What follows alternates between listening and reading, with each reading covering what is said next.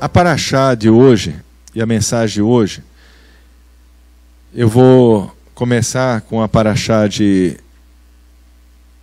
da semana passada, que eu não consegui dar, eu vou trazer uma reflexão sobre ela. E Shelach Lecha, e depois Korach. Mas eu queria começar com uma história. E essa história, eu queria que vocês prestassem muita atenção, gente. Muita atenção. Essa história foi contada por uma Rabbanit, o nome dela é Rabbanit Deb, aqui do Rio de Janeiro, do Beit Lubavitch. E eu achei essa história muito apropriada para nós. Hoje nós, graças a Deus, já faz 6 meses, praticamente, saímos daquele pá, entendemos que o Eterno, só Ele é Deus, o verdadeiro Mashiach virá, saímos de toda aquela concepção equivocada que nós tínhamos, entendemos tudo isso de maneira muito clara, Baruch Hashem. E agora, o que é que nós precisamos fazer? Estudar. E nós estamos nos dedicando dia a dia a estudar Halachá, para nós sabermos como aplicar a Torá à nossa vida, as mitzvot. A gente está estudando a Halachá, os detalhes, e todo mundo está fazendo isso com muita alegria. Esse é o segredo. Sem ansiedade, vai entrar agora, vai entrar daqui a pouco, vai entrar na hora certa. Mas nós devemos cuidar dessa semente que o Eterno nos deu, a Torá, né, as mitzvot, a possibilidade de estarmos estudando a Halachá e fazer isso com toda a dedicação possível. E se nós fizermos isso de todo o coração, o Eterno, com certeza, vai estar abrindo a porta para cada um, passo a passo. E essa história da Rabbanit, ela, quando eu li, eu falei, tem muito a ver com o que está acontecendo conosco. Um homem era um dono de uma empresa. Ele chamou várias pessoas e falou, eu preciso de um sucessor. E o teste que ele deu foi dar a cada um uma semente. A cada executivo daquela empresa ele deu uma semente. E cada um chegou em casa imediatamente, preparou um jarrozinho e colocou sua semente. Mas um deles, Jacques, colocou a semente e nada. A semente não germinava. Depois de um tempo, todos os outros executivos tiraram fotos, mandaram fotos um para o outro, do jarrozinho que eles colocaram a semente, e todos com a semente germinando. 6 meses e a semente de Jacques, nada, não germinava. Mas ele não desistiu, continuou colocando, preparando a terra, regando e lutando, e todo mundo já, cada vez mais, o jarro de todo mundo florescia, as plantas, menos a do Jacques. Completou 1 ano. Cada jarro florido, e a semente do Jacques não germinou. O dono da empresa chamou todos eles para a grande reunião para escolher o sucessor. Ele falou, não vou para a reunião, eu vou passar vergonha. A esposa chamou ele e falou, não, você vai para a reunião. E você vai ser sincero na reunião e você vai falar o que aconteceu. Isso é uma alusão a Paraxá, nós vamos ver isso, porque uma das pessoas foram salvas, né, da rebelião de Korach, em razão do conselho da sua esposa. Está dentro desse contexto. Ele foi para a reunião. Quando ele chegou, cada executivo com o jarrinho, com as suas plantas, e ele só com a terra, sem nenhuma planta. Piadinhas, risos. Chegou o dono. Quando o dono chegou, verificou todas as plantas, falou: Jacques, vem cá, por favor. O que passou na cabeça de Jacques? Você é demitido agora. Né? Você é humilhado. Quando Jacques sentou, o dono falou: esse é meu sucessor. Por quê, gente?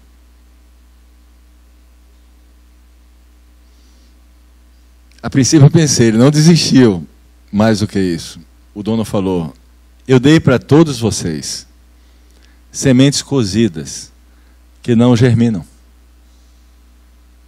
E todos vocês pegaram sementes, não a que eu dei para vocês, e Jacques foi o único honesto que durante todo esse tempo manteve-se fiel, fez o trabalho que ele tinha que fazer e teve coragem de vir aqui e falar a verdade. Só ele foi honesto. Ele é o meu sucessor. Então, gente, o Eterno deu para a gente uma oportunidade. A gente estava dentro de uma quelipá. O Eterno nos livrou disso. Hoje nós temos compreensão completa que Yeshua não é o Messias, que o verdadeiro Messias virá, e que a Torá é o manual, como alguém disse, da nossa alma. É a palavra, é a vontade de Kadosh Baruch Hu. Nós devemos cuidar dessa semente sem ansiedade. Alguém está falando bem, Baruch Hashem. Alguém está falando mal, Baruch Hashem. Alguém está admirado com o que aconteceu conosco, Baruch Hashem. Alguém está zombando da gente, Baruch Hashem. Vamos simplesmente estudar. Simplesmente fazer a vontade de Kadosh Baruch Hu. Cuidar dessa semente. Alguém vai dizer: não está crescendo nada, ou está crescendo. Não importa. Sermos fiéis. E fazermos a vontade do Eterno. E não há dúvida. Vai chegar a hora que Ele vai chamar a gente. Se a planta é grande, pequena, se é... Não importa. O que importa é que você foi fiel. Você fez a vontade de Kadosh Baruch Hu. A vontade dele agora é a gente estudar a halachá, é a gente aprender a cumprir as mitzvot da maneira correta. Vamos fazer isso. Muito bem. Eu queria primeiro fazer uma pequeno esboço, né, sobre a Parashá Shelach Lecha, que é da semana passada. Só lembrar algumas coisas, depois nós entramos na Parashá de hoje. Os sábios, eles citam a situação dos espiões, mas fazem uma comparação com a situação de Miriam, que em ambos os casos houve uma espécie de Lashon Hará, não é verdade? Miriam questionou, porque só Moshe tinha aquela condição, e também os espiões questionaram a própria vontade do Eterno.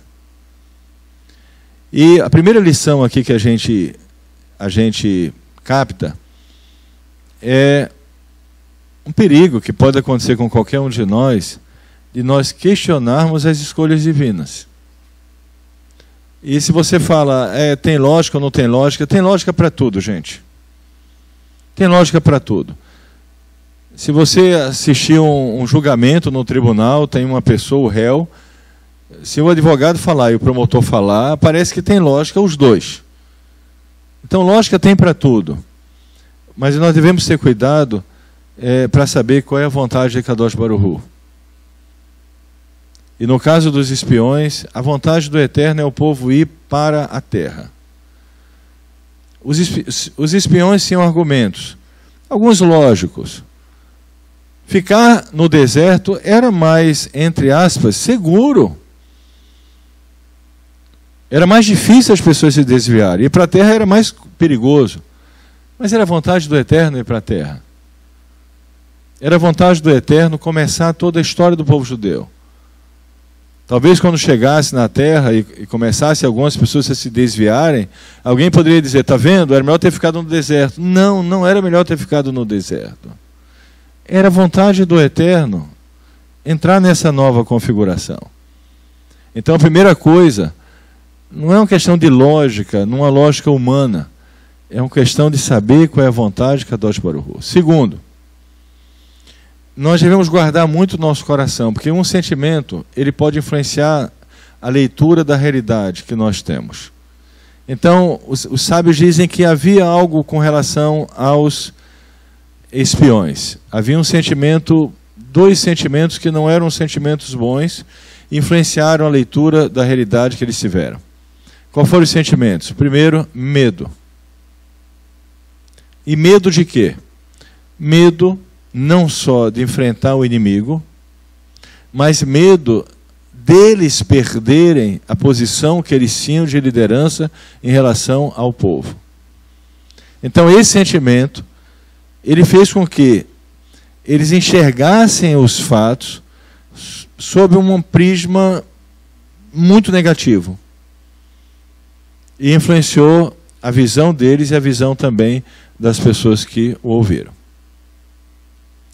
Uma visão obtusa dos fatos, segundo os sábios, pode estar relacionada a sentimentos errados, que pode brotar no nosso coração. Isso não é uma coisa, é aquela pessoa, aquela outra. Nós devemos olhar cada um de nós. Tomar muito cuidado com os sentimentos que surgem no nosso coração. Sentimentos de ingratidão, sentimentos de mágoa, orgulho, qualquer coisa que traga uma distorção dentro de nós vai afetar nossa leitura. Muito bem.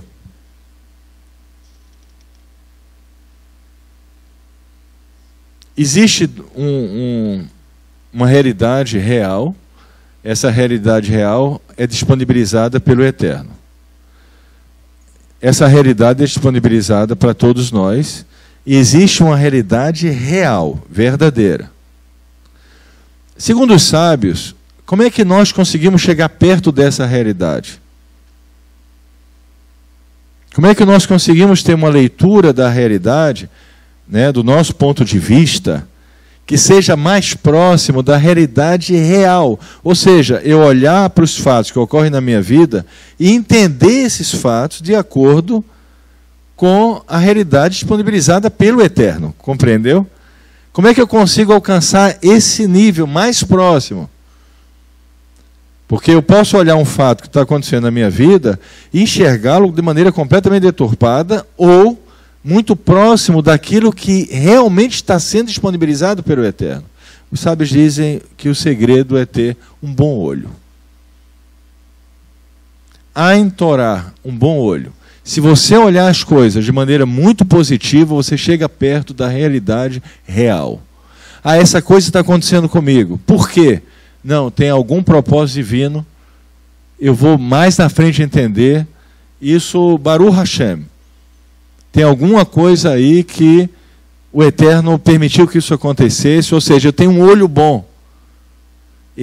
Essa atitude vai me ajudar a enxergar por que aquele fato ocorreu na minha vida. Então, o olho bom, Ain Tová, o olho bom, ele nos aproxima da realidade real dos fatos. Segundo Nahum Ish Gamzu, uma frase que nós conhecemos muito, Gamzu Letová, que quer dizer também isto é para o bem, é a atitude que nós devemos ter. Baruch Hashem. Agora vamos entrar na paraxá dessa semana. E essa paraxá fala sobre Korach. E toda vez que a gente fala sobre Korach, alguém pode pensar, quem é o Korach? É aquela pessoa? É aquela outra? Não, gente, não vamos pensar dessa maneira. Vamos pensar de outra maneira. Vamos aproveitar a história de Korach entender que Korah é um estado de alma que pode atingir qualquer um de nós. E nós devemos ter cuidado para não permitir que essa configuração se forme dentro de nós. Porque Korah, ele não estava só, ele estava junto com várias outras pessoas que permitiram que criasse esse estado, que é um estado de rebelião, não só contra Moshe, mas contra a vontade divina. Mas contra a liderança estabelecida pelo Eterno. Quando a gente fala assim, nós temos que passar pelo Beit Din. O que é que nós estamos dizendo? Nós queremos fazer as coisas segundo a vontade do Eterno. Porque na Torá está dito que os juízes de cada geração, eles têm autoridade para estabelecer, né, para julgar, e nós devemos respeitá-los. Não é só uma formalidade, não é só uma burocracia, é a vontade do Eterno. Então, o respeito às configurações e hierarquias estabelecidas pelo Eterno é a vontade dele. Ah, não, eu vou ser judeu, mas eu não quero... Não, nós não podemos ter esse tipo de espírito. Nós temos que respeitar as configurações e as autoridades estabelecidas por Kadosh Baruch Hu. E se na nossa geração, os juízes da nossa geração determinaram regras, nós temos que respeitá-los. Se alguém erra de um jeito ou do outro, cada um responde diante do Eterno. Se nós respeitamos as autoridades, nós estamos acertando. E o Eterno vai cuidar de nós. E vai nos colocar no caminho bom, mesmo que nós estivéssemos, que não é o caso, numa geração como a geração de Jeremias, que não é o caso de hoje, mas mesmo assim o Eterno protegeria aqueles que querem fazer a vontade dele. Muito bem. Então vamos agora ler, eu vou ler alguns textos. Primeiro, Números 16:1, e diz, e o que viu Korah para discordar de Moisés? Vamos abrir Números 16:1, para a gente ler a parte que começa, né, a Parashá. Diz assim, e Korah, Coré, ben Yitzhak, neto de Kehat, bisneto de Levi, e Datam e Aviram, filhos de Eliav, e On ben Peret, que foi ajudado pela esposa, né? A esposa, vocês sabem a história, o que aconteceu com ele? A esposa falou para ele, olha, se prevalecer um ou outro, se for Moisés, ele será seu rabino. Se for Korah, ele será seu rabino. Mas para que você ir lá? Né? Para que se envolver? Então, o que ela fez? Deu vinho para ele, ele ficou embriagado, dormiu, ela foi para a porta e começou a pentear o cabelo. Então os homens, quando chegavam perto, eles olhavam e se afastavam, ela estava sem cobrir o cabelo, penteando o cabelo à porta da tenda dela. E assim ninguém foi chamar, nem acordar ele para a congregação, né, a rebelião de Korah. E a mulher o salvou, o livrou. Então a importância, obviamente, da mulher, os rabinos falam sobre isso em razão desse caso. Mas muito bem, qual era o problema de Korah? Nesse livro, muito bom, eu tenho estudado recentemente, né, sobre ele, o Ensaio sobre a Torá, de Ruben Rosenberg, um livro excelente, aconselho vocês. Tem um comentário que diz assim, e o que viu Korah para discordar de Moisés? Invejou a liderança de Elitsafan ben Uziel, que fora indicado por Moshe, líder dos filhos de Kehat, por ordem divina. E Korah queria ser o líder. Agora, uma coisa interessante, gente. O que tem a ver essas outras pessoas, Datam e Aviram, filhos de Eliav, e Or ben Peret, os quais eram da tribo de Ruben? Ora, o problema de Korah era não ter sido escolhido como o chefe da sua linhagem. Mas o que tem a ver a tribo de Ruben aqui? Ele estava questionando Moshe, o sacerdócio e tudo isso. Mas o que tem a ver, Rubem? Gente, quando existe essa configuração, por incrível que pareça, se juntam pessoas até que discordam uma da outra, mas a rebeldia une elas. Os de Rubem, eles ainda não engoliram aquela história, que foi algo da vontade de Kadosh Baruch Hu, que José, havia assumido a primogenitura no lugar de Rubens. Eles não tinham ainda digerido isso muito bem, e estavam com isso no coração, nunca digeriram isso bem, que Rubem perdeu a primogenitura para Yosef. Mas mais do que isso, segundo os sábios, muitos deles eram primogênitos. E Korah também indagou, por que Moshe não intercedeu pelos primogênitos? Por que Moshe deixou que eles perdessem o sacerdócio para os levitas? Então você vê pessoas com causas diferentes, não tem nada a ver um com o outro, mas estavam rebeldes, não só a Moshe, mas à vontade de Kadosh Baruch Hu. E aí Korah, ele traz uma lógica, e isso vamos voltar agora, que eu falei no começo, não vamos olhar Korah como uma pessoa, vamos olhar isso como algo que Deus nos livre, mas pode acontecer com qualquer pessoa. Se nós deixarmos uma raiz de amargura, uma mágoa, um sentimento mau, né, de algo que aconteceu conosco, e de uma maneira muito sutil, nós reclamarmos como se a providência divina foi injusta conosco, isso pode gerar uma abertura para esse espírito. Gente, o princípio para entender todas as coisas é: o Eterno é justo. O Eterno é justo. Ah, mas por que está acontecendo isso? O Eterno é justo. Ah, mas eu não entendo, eu também não entendo tudo que acontece comigo. Mas o Eterno é justo. E todo sofrimento, toda alegria, tudo que nós passamos, Baruch Hashem, tem um motivo: o Eterno é justo. Se nós tivermos isso no nosso coração, esse espírito de Korah, ele não entra em nós, essa atitude não entra em nós. O Eterno é justo. Ah, mas eu estou fazendo a coisa certa, mas ao meu redor tem várias coisas erradas. Continue fazendo a coisa certa. E o Eterno vai trazer sobre você uma configuração boa mais cedo ou mais tarde.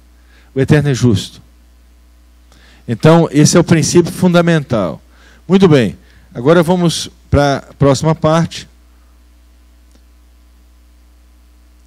E congregaram contra Moshe e contra Arão e disseram-lhes: bastai-vos, pois toda a congregação, todos são santos, e entre eles se acha o Eterno, e por que vos elevais sobre a congregação do Eterno? Isso está certo ou está errado? Segundo a Torá, isso está certo ou está errado? O que vocês acham? Existe alguma verdade nisso ou não? Existe ou não existe? Existe uma verdade nisso. O Eterno falou que todo o povo é santo, que é uma nação sacerdotal. Existe uma verdade. Só que esse fato, ele ocorrerá não nessa época. Esse fato ocorrerá na era messiânica. E alguns sábios dizem que na era messiânica os primogênitos voltarão ao sacerdócio.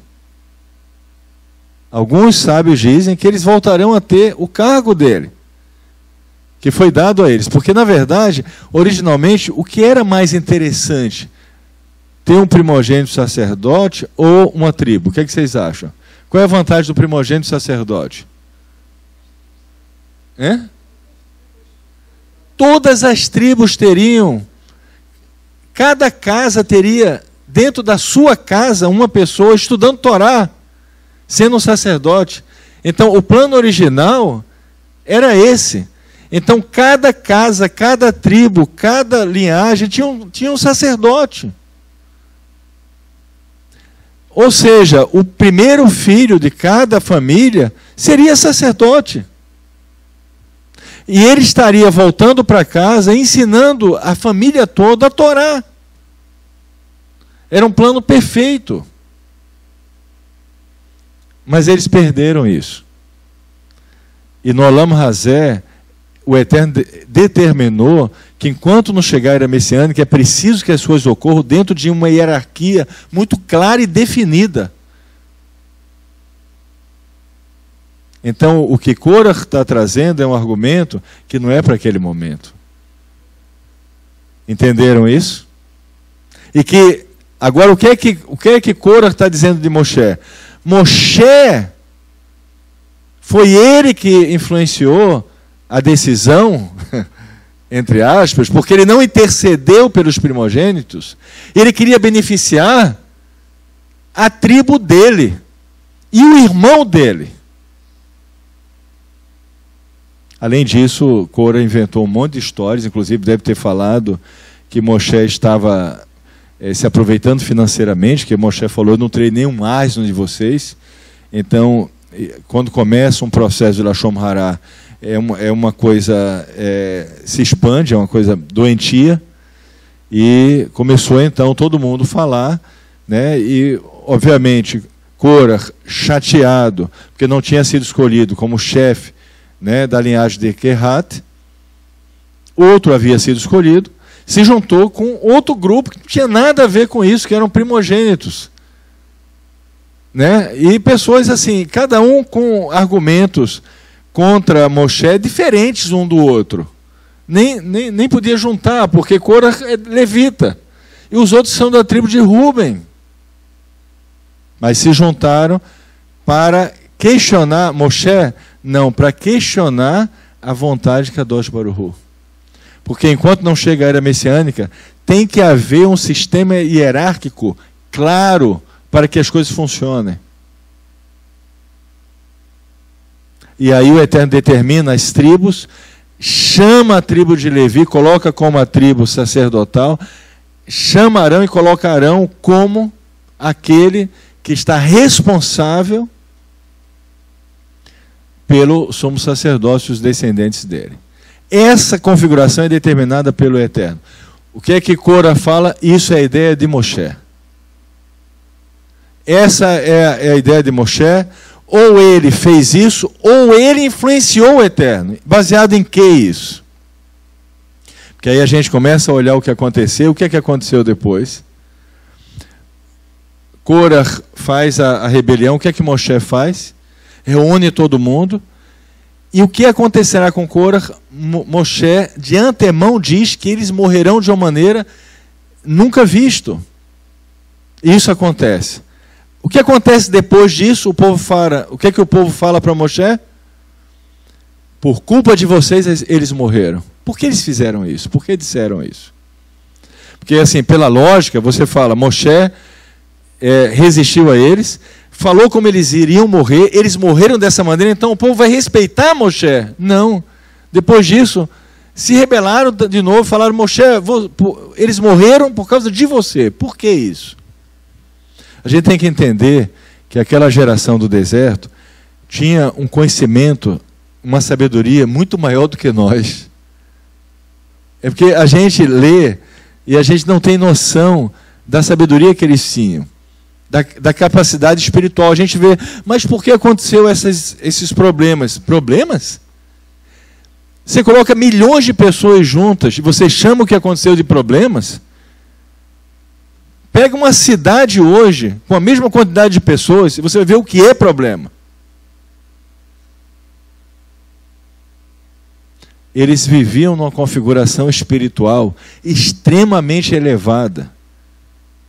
E os problemas que aconteceram nem se comparam com nenhuma cidade hoje com o mesmo número de pessoas. Eles sabiam o seguinte, eles sabiam que quando um tzadik, e só um tzadik pode fazer isso, uma pessoa que cumpre a Torá fielmente é um tzadik, é muito difícil esse estágio. Esse tipo de pessoa, ele pode fazer um pedido, e esse pedido virá um decreto.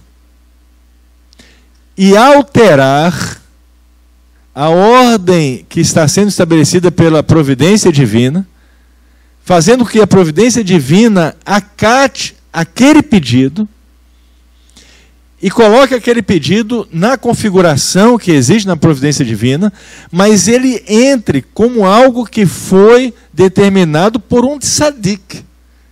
É uma coisa complicada de entender.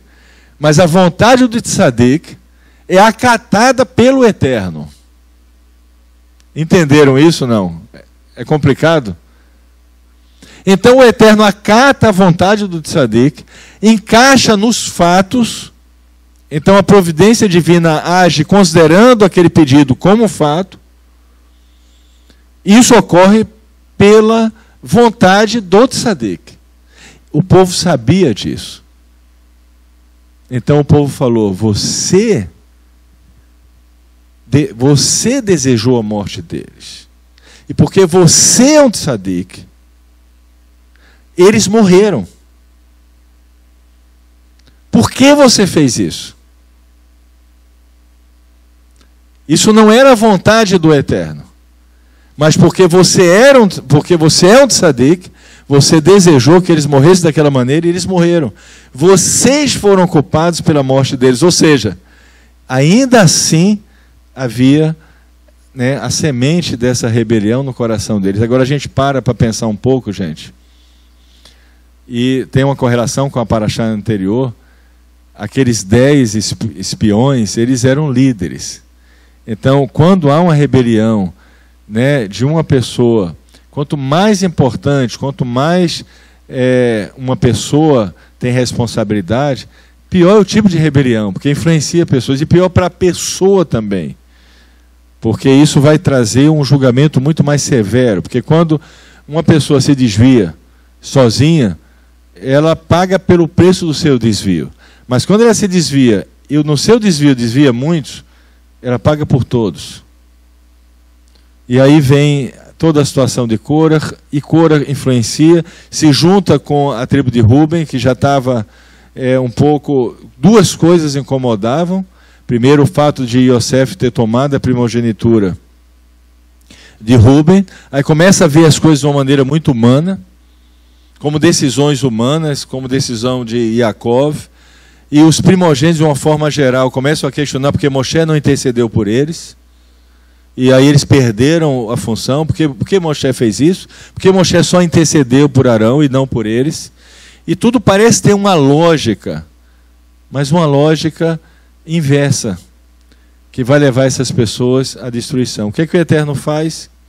Qual é a decisão do Eterno? O Eterno, então, entra pessoalmente e ele fala o seguinte: eu vou mostrar para vocês quem eu escolhi. Vamos ver esse texto.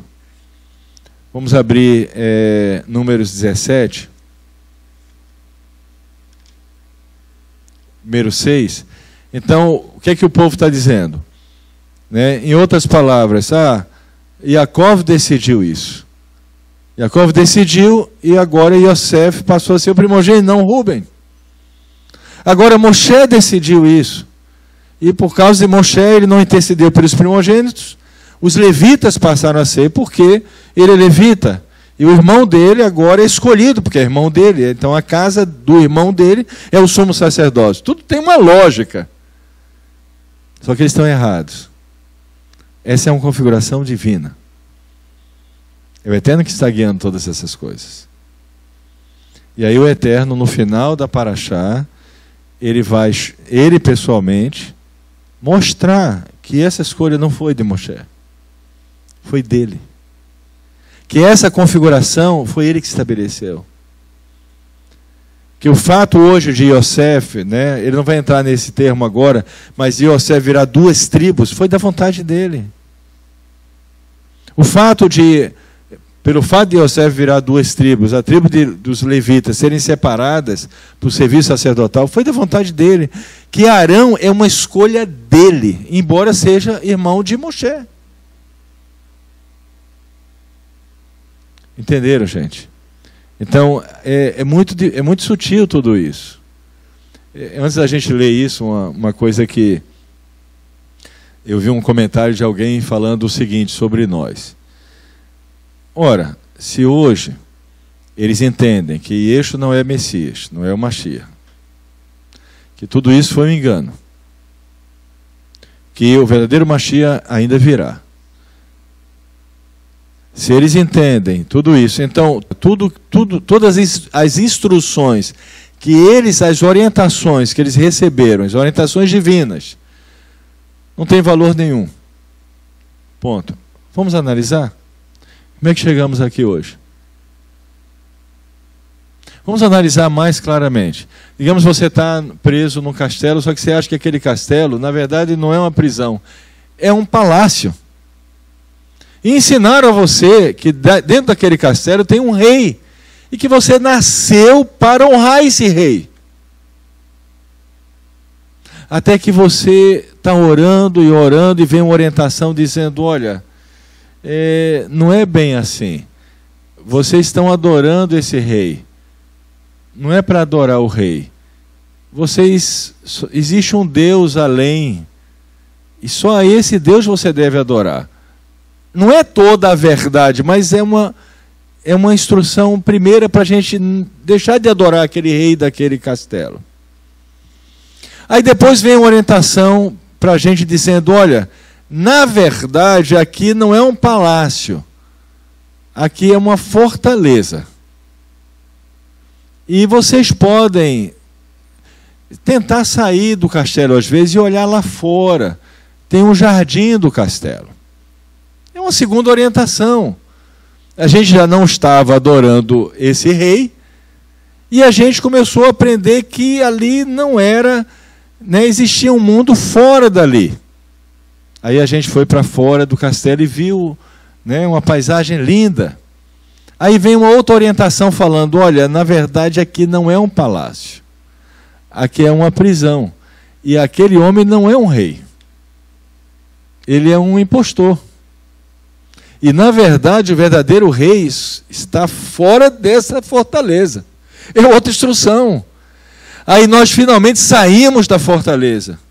Aí eu pergunto a você, aquelas instruções que nós recebemos dentro da fortaleza foram importantes para nós ou não?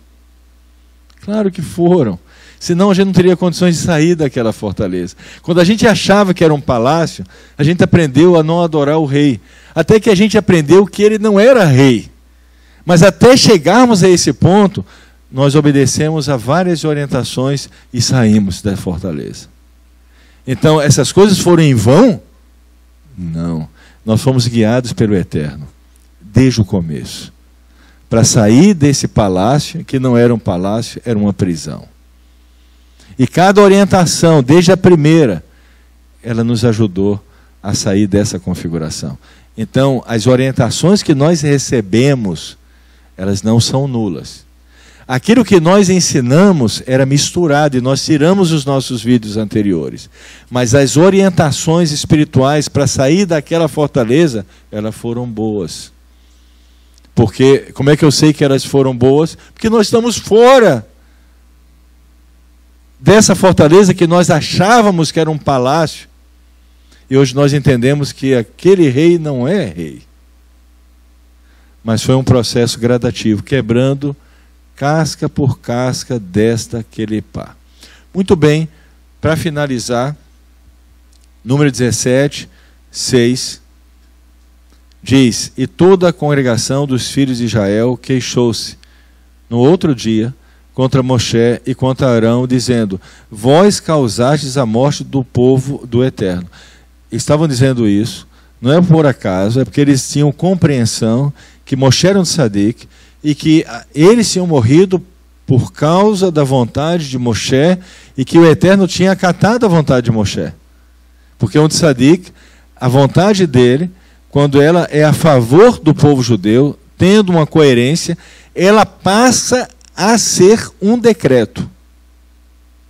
Então o povo estava falando algo, não à toa, mas algo que eles tinham compreensão do que havia acontecido, e estava achando que isso era exclusivamente por causa de Moshe. E ao congregar-se a assembleia contra Moshe e contra Arão, viraram-se para a tenda da reunião, e eis que a nuvem a cobriu, e a glória do Eterno apareceu, e Moshe e Arão vieram à frente da tenda da reunião. E aí começa todo um processo, né? E o Eterno falou a Moshe dizendo: ide, sai do meio dessa congregação, e em um momento os consumirei. E atiraram-se sobre seus rostos, e Moisés disse a Arão: toma o incensário e põe nele fogo do altar, e põe incenso, e leva-o depressa à congregação, e faz expiação por eles, porque a ira saiu de diante do Eterno e já começou a mortandade. Arão tomou, como Moshe falara, e correu no meio da congregação, e eis que já havia começado a mortandade do povo, e pôs o incenso, e fez expiação pelo povo, e pôs-se entre os mortos e entre os vivos, e a mortandade se deteve. Aqui, só uma breve, aproveitando, expiação não se faz só com sangue, expiação não se faz só com morte de animais, expiação se faz de diversas maneiras, inclusive foi feito aqui com incenso, né? No incensário. Então não precisou matar animal, não precisou de sangue. A expiação pode ser feita, inclusive, só com a reza.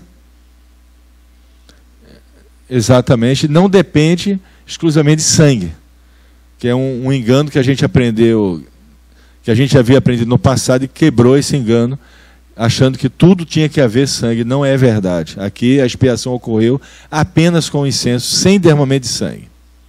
Muito bem. O que é que o Eterno faz? Diz, versículo 16: e o Eterno falou a Moshe dizendo: fala aos filhos de Israel e toma dentre eles uma vara por cada tribo de seu pai e de todos os seus príncipes, 12 varas segundo as tribos de seus pais, e escreverás o nome de cada uma sobre sua vara, e escreverás o nome de Arão sobre a vara de Levi, porque haverá uma vara por cabeça de cada tribo de seus pais, e as deixarás na tenda da reunião diante do testemunho, onde me encontrarei convosco. E do homem que eu escolher, sua vara florescerá. Assim farei acalmar de sobre mim as queixas dos filhos de Israel, que proferem contra vós. E Moisés falou aos filhos de Israel, e deram-lhe todos os seus príncipes uma vara por cada príncipe, 12 varas segundo a tribo dos seus pais. A vara de Arão achava-se entre suas varas. E Moshe pôs as varas diante do Eterno na tenda do testemunho. No dia seguinte, Moshe veio à tenda do testemunho, e eis que a vara de Arão da tribo de Levi floresceu, e deu flor, deu brotos e deu amêndoas. E Moshe tirou todas as varas de diante do Eterno para todos os filhos de Israel, e eles viram e tomaram cada um a sua vara. E o Eterno disse a Moshe: torna, pois, a vara de Arão diante do testemunho, para que se guarde como sinal para os filhos rebeldes, e acabem-se assim as suas queixas sobre mim, para que não morram. E Moisés fez como o Eterno lhes ordenara, e assim fez. Toda a configuração que o Eterno determinou, ela tem que ser respeitada.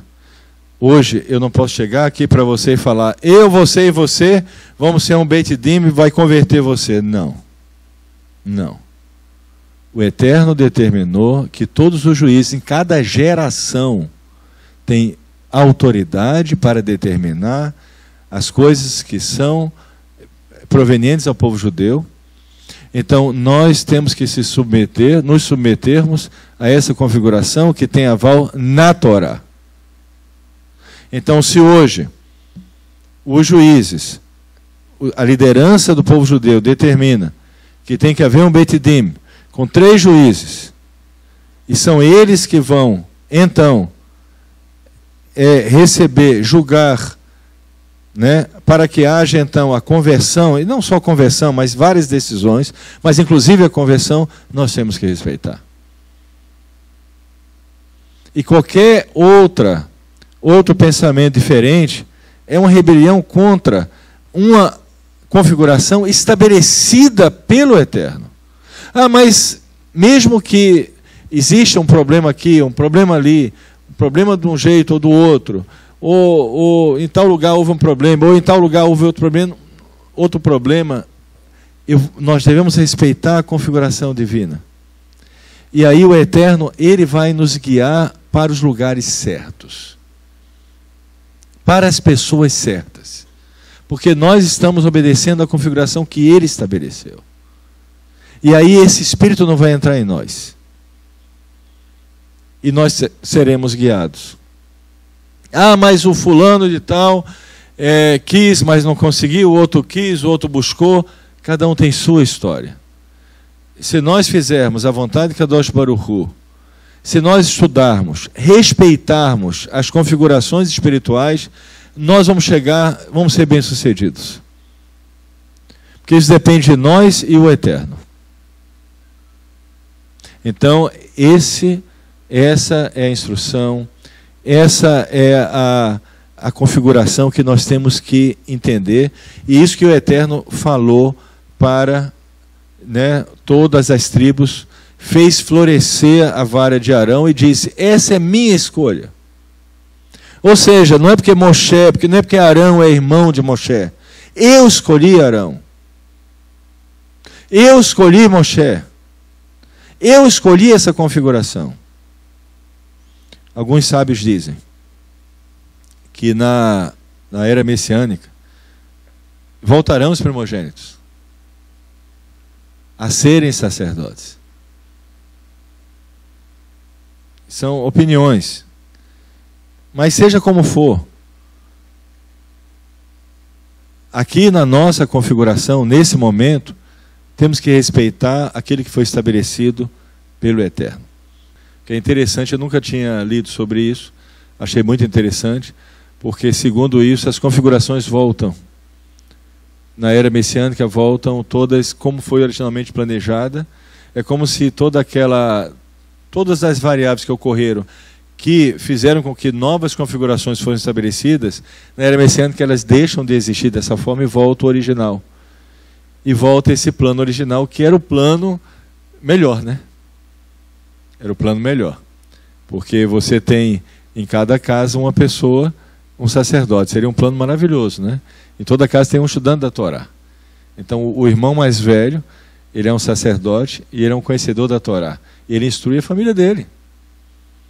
Então você teria a Torá mais bem instruída em todas as casas. Mas em razão do que ocorreu, houve mudança de configuração. E aí tem que ser respeitada essa nova configuração, até que o Eterno, ele mude isso, e só ele pode mudar. Enquanto ele não muda, nós temos que respeitar. Então, Baruch Hashem, essa é a Parashá, né? Eu só queria concluir, voltando àquela história, de todos que receberam sementes cozidas, sementes que não poderiam germinar, e ao invés de querer inventar, pegar uma semente ou outra e colocar no vaso, cuidar daquela semente que foi dada. Graças a Deus, está germinando, mas não ficar olhando para os outros jarros, ou preocupado se está demorando para dar o fruto, ou se não está crescendo, se vai ser uma árvore grande ou uma árvore pequena, não interessa isso. A semente foi dada, nós temos que ser fiel com a semente que nos foi concedida, ou seja, a parte do nosso serviço divino na Torá. Devemos ser fiéis com isso, ficar felizes, estudar. Hoje nós estamos estudando a Halachá com muita alegria, aplicando ela passo a passo. É isso que devemos fazer. E todas as coisas vão acontecer, já estão acontecendo, e vão acontecer no tempo certo, tudo que o Eterno, Kadosh Baruch Hu, determinou. Baruch Hashem.